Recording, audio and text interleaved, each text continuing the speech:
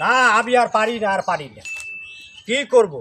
এই যে আমার রাসূলুল্লাহ সাল্লাল্লাহু আলাইহি হাদিসে বলছে সন্তান এবং সম্পদ দুইটাই বিপদের কারণ।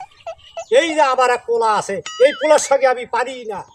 এই ইদি নাকি ধান নাকি বেচাইবে, চাউল নাকি বেচাইবে, মুরগি নাকি বেচাইবে। হাই রে হাই, কোন মুসিবতে পড়ছি আমি, কোন মুসিবতে পড়ছি। বুঝাইতেই পারি না। আমরা ছেলে পেলে মানুষ, সামনে একটা ঈদ চলে এসেছে, বন্ধু বান্ধব নিয়ে একটু ঘোরাফেরা করবো।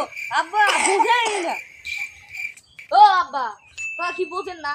আমরা ছেলে পেলে মানুষ, সামনে ঈদ চলে যাচ্ছে, আমরা কি বন্ধুদের সঙ্গে একটু ইয়ে করবো না, ঘোরাফেরা করবো না? এই বেটা, তোরা আমি টাকা দেই নাই, তো কত টাকা দিছি? যা তোরা আমার কাছে টাকা নিবি বেটা, তুই বন্ধু বান্ধব কি গাঁজা খাবি নাকি বেটা? তুই গাঁজা খাই বাড়াবি, আর বেটা খালি বাপের টাকা চাবি বেটা।